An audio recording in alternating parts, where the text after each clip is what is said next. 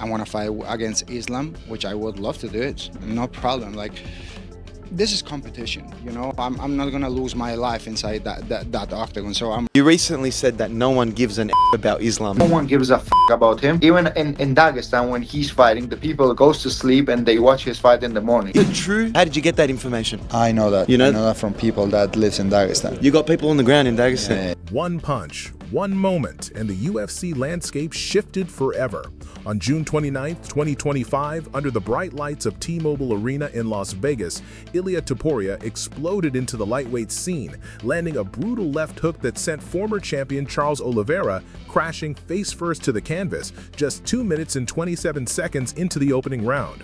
The crowd erupted as the referee waved the fight off, crowning Topuria the new 155-pound king and marking the swiftest title victory of the night. But beyond the flash and fury of that knockout lay a milestone achievement. With that win, Topuria etched his name alongside UFC royalty, becoming only the 10th fighter in promotion history to hold championship gold in 2 separate weight divisions. He had vacated the featherweight belt just weeks earlier to chase this moment, and in under 3 minutes he proved that ambition alone could rewrite the record books. In the blink of an eye, El Matador went from rising contender to 2-division phenom, leaving fans and pundits scrambling to digest what they just witnessed. Yet for all the celebration, questions loomed about what came next. Would he defend this newly earned crown or chase an unprecedented 3rd title? But that wasn't the only twist that night. Just when fans thought the night couldn't get more dramatic, Ilia Topuria let us in on a behind-the-scenes bombshell. On the latest episode of the About Last Fight podcast, he confessed that UFC executives pulled him aside after he promised them a show-stopping performance and then dropped a surprising request. They asked him point-blank to swear he wouldn't immediately campaign for a move up to welterweight once he'd claimed the lightweight crown. Topuria smiled as he recalled saying, "Promise," all the while crossing his fingers behind his back. This wasn't just playful banter. It revealed the real power dynamics pulsing beneath the octagon. The UFC, determined to protect its business interests and fighter pipelines, wanted to keep Topuria locked at 155 pounds long enough to cement his reign. By making that private pact, Topuria showed he's not only a knockout artist, but also a savvy operator, willing to play along for now as his gaze drifts to a potential 3rd division. In that single promise, the lightweight division's future was laid bare. Will El Matador truly honor his word, or is this just the calm before a storm of title-chasing ambition? And what he said next sent shockwaves through the MMA world. With the belt now strapped around Ilia Topuria's waist, the lightweight division was thrown into upheaval, because the man who vacated it, Islam Makhachev, wasn't hanging around. In mid-May, UFC President Dana White confirmed that Makhachev would relinquish his 155-pound crown to chase Jack Della Madalena's welterweight title, setting up a future clash in a higher weight class. Suddenly, the Queen's crown Topuria had seized wasn't just vacant belt, it was a throne emptied by the sport's pound-for-pound ace. Makhachev's decision, driven partly by the new champion's close ties to reigning champs and a desire to cement a 2-division legacy, sent shockwaves through every corner of the UFC. The ramifications were immediate. Topuria's bout with Charles Oliveira at UFC 317 transformed from a title bid into a coronation for a champion of champions. And as fans digested the whirlwind, whispers began. Could Topuria be the one to keep pace with Makhachev's ambition? Or would the Dagestani stars move up, leave Topuria in a position to define the lightweight era on his own terms? Moments after the dust settled on that thunderous knockout, chaos erupted again, this time with Paddy Pimblett scaling the cage to confront Topuria in a fiery stare-down.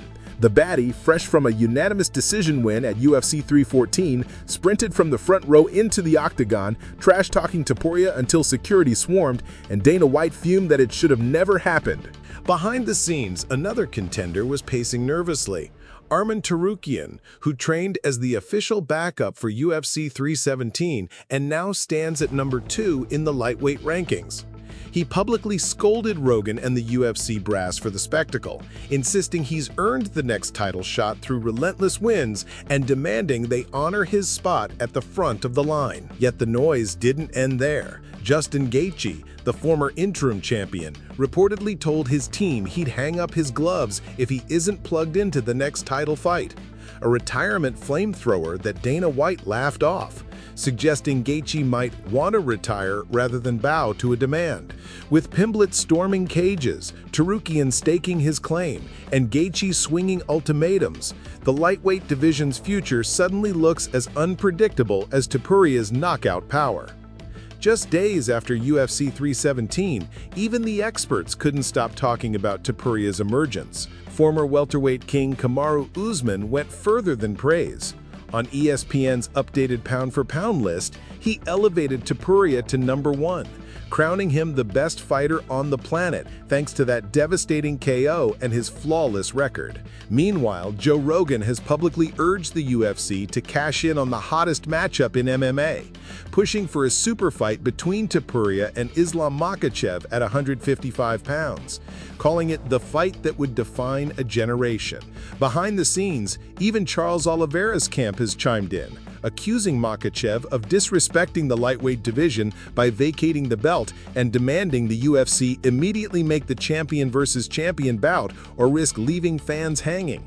They argue that Makhachev's move up to 170 pounds shouldn't delay the mandatory lightweight showdown with Topuria.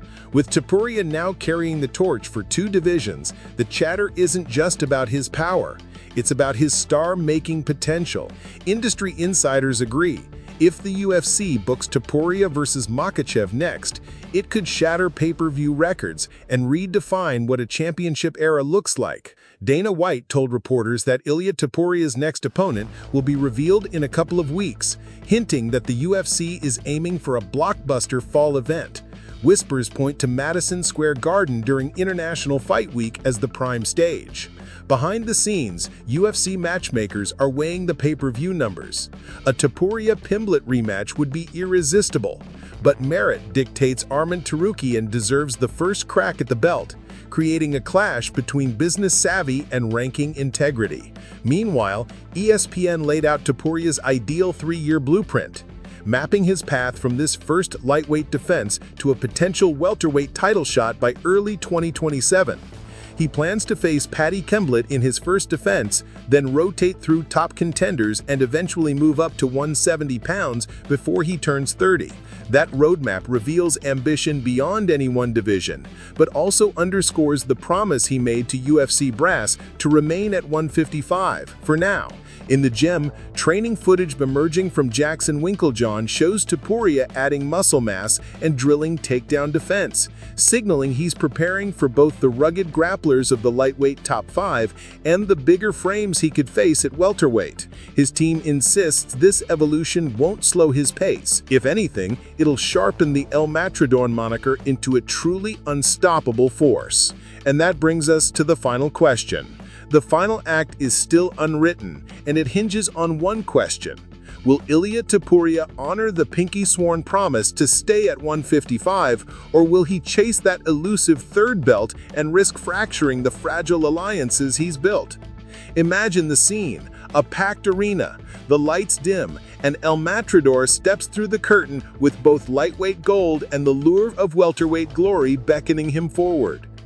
On one side, there's the purity of his pact, remaining at lightweight long enough to defend his crown and cement a legacy of dominance. On the other, there's the siren call of history, becoming the first 3-division champ since McGregor, rewriting record books and capturing headlines around the world. That tension between loyalty and legacy, business strategy and raw ambition will define the next chapter of Topuria's career. And for fans, pundits, and even UFC matchmakers, the stakes couldn't be higher.